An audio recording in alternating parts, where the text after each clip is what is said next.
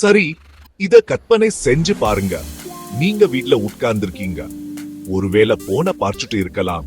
திடீர்னு ஒரு பல்லி சுவத்துல வேகமா ஓடுது.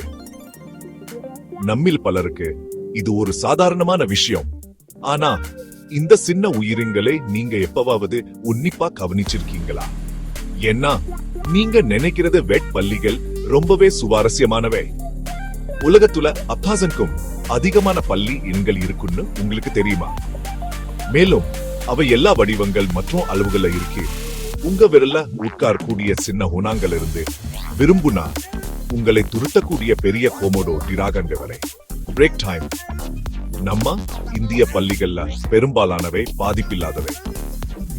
பல்லிகள் உருமாற்றத்துல வல்லன்கள். உதாரணத்துக்கு ஓனானை எடுத்துக்கோங்க. அதன் தோல் நிறத்தை மாத்தும். மறைஞ்சுக்கிறதுக்காக மட்டும் இல்ல, மத்த ஓனாங்களோட பேசுறதுக்காகவும். நீங்க ஒரு பல்லிய பிடிக்க முயற்சிக்கும் போது அது தன் வாழை விட்டு போறதை பார்த்திருக்கீங்களா? இதுக்கு அட்டோடமி பேரு. இது ஒரு தப்பிக்கும் தந்திரம்.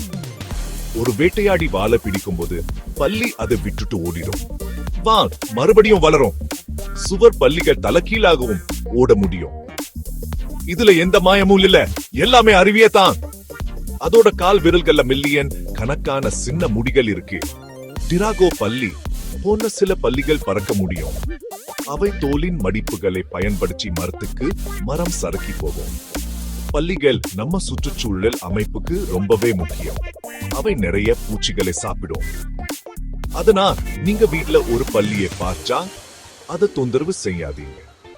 அது உங்க இலவச பூச்சி கட்டுப்படுத்தி ஒரு நிமிஷம் எடுத்து இந்த சின்ன பழமையான உயிர் பிழைச்சவர்களை பாராட்டுங்க.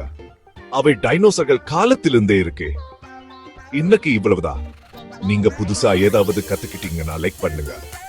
மேலும் சுவாரஸ்யமான அறிவியல் உண்மைகளுக்கு சப்ஸ்கிரைப் பண்ணுங்க. அடுத்த முறை சந்திப்போம். Break time.